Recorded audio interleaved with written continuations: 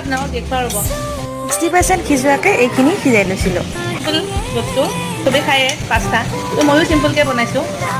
বাচ্ছা খাই ভাল পায়, চ' তাৰ কাৰণে বনাইছোঁ আৰু আদা নহৰু দি লৈছোঁ, বিলাহী অলপমান আৰু ইয়াত চব বস্তু খাই ভাল নাপায়, কেতিয়াবা এনেকৈও বনাব পাৰি।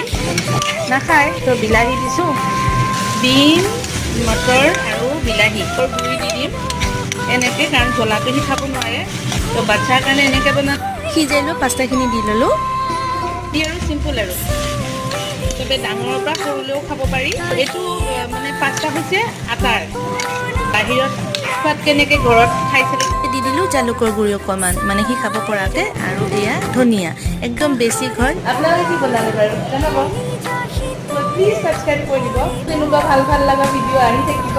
বনোৱা হৈ গ'ল, লৈ ডিমাণ্ডক তাই দি লওঁ। নো পাস্তা কেনেকুৱা হৈছে?